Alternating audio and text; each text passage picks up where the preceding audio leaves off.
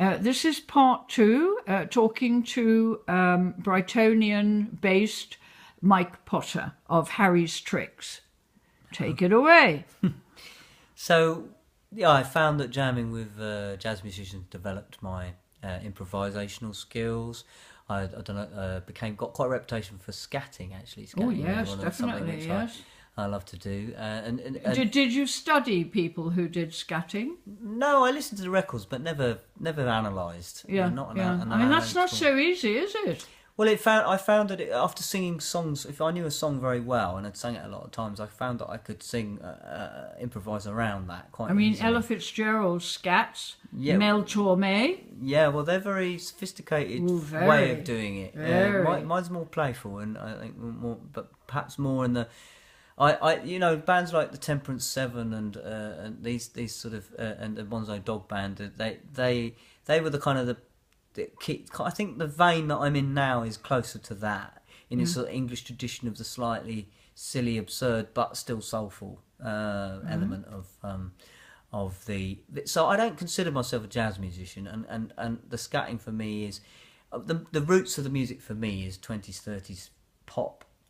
40s music, the popular music of that time, which became swing and then became jazz. Noel Coward, Gertrude Lawrence. Do you mean that kind of? People did ballroom dancing in those days. The Lou Stone Band, Roy Fox, the dance orchestras. But Joe Loss. When we go to Gene Austin and people like this, they're very early singers. Nick Lucas.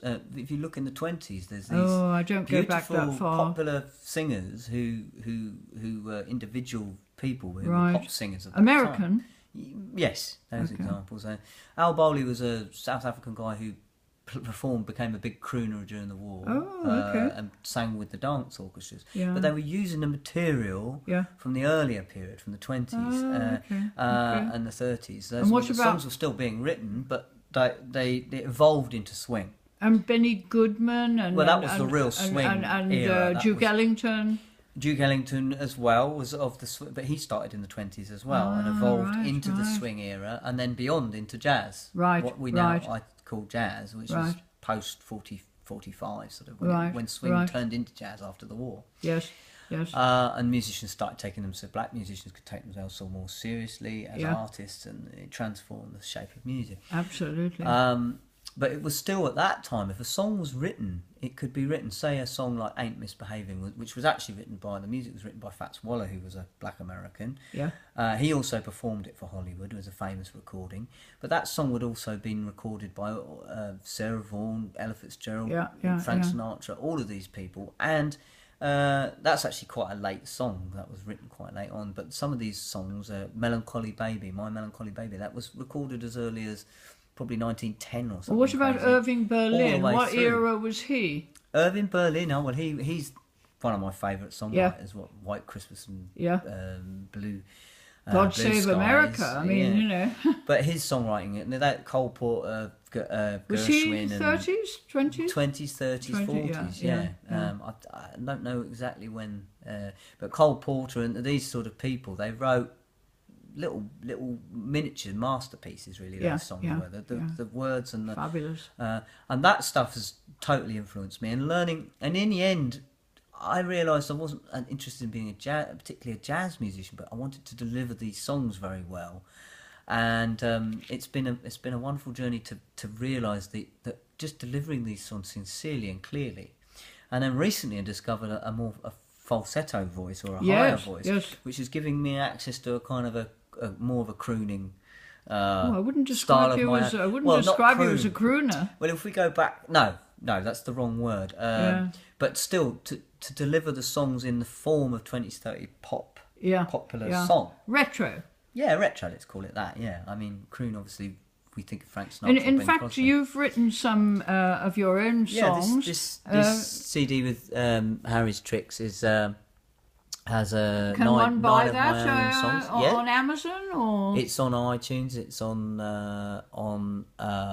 eMusic and Spotify.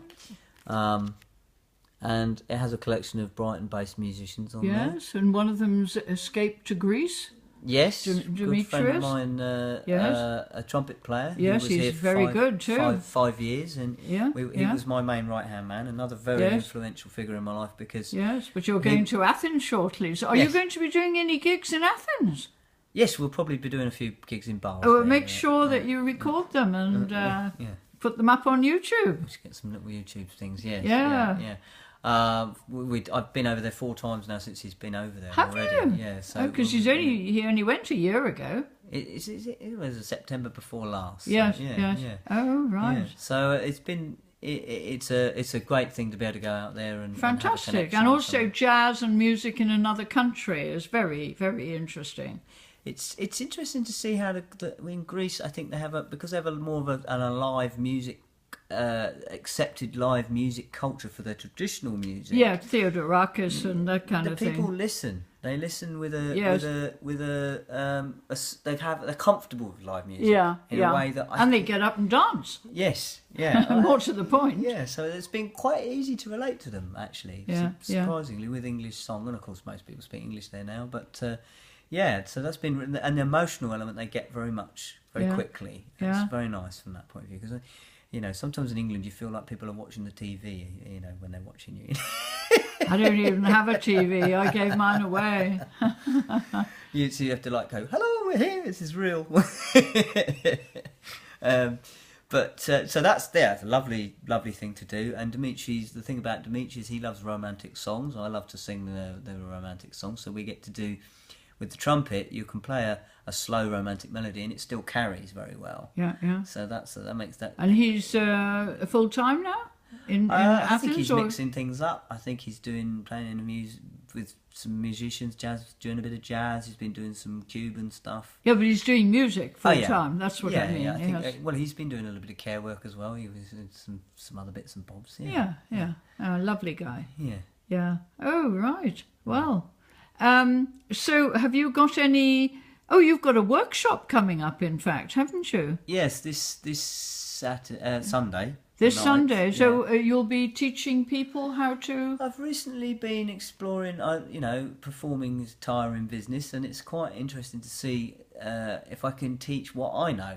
And as an informally trained musician, it's quite hard to pin down initially what it was, but I've been teaching a few people various things, and I've found that I have an ability to provide a space for somebody to find themselves or to be themselves.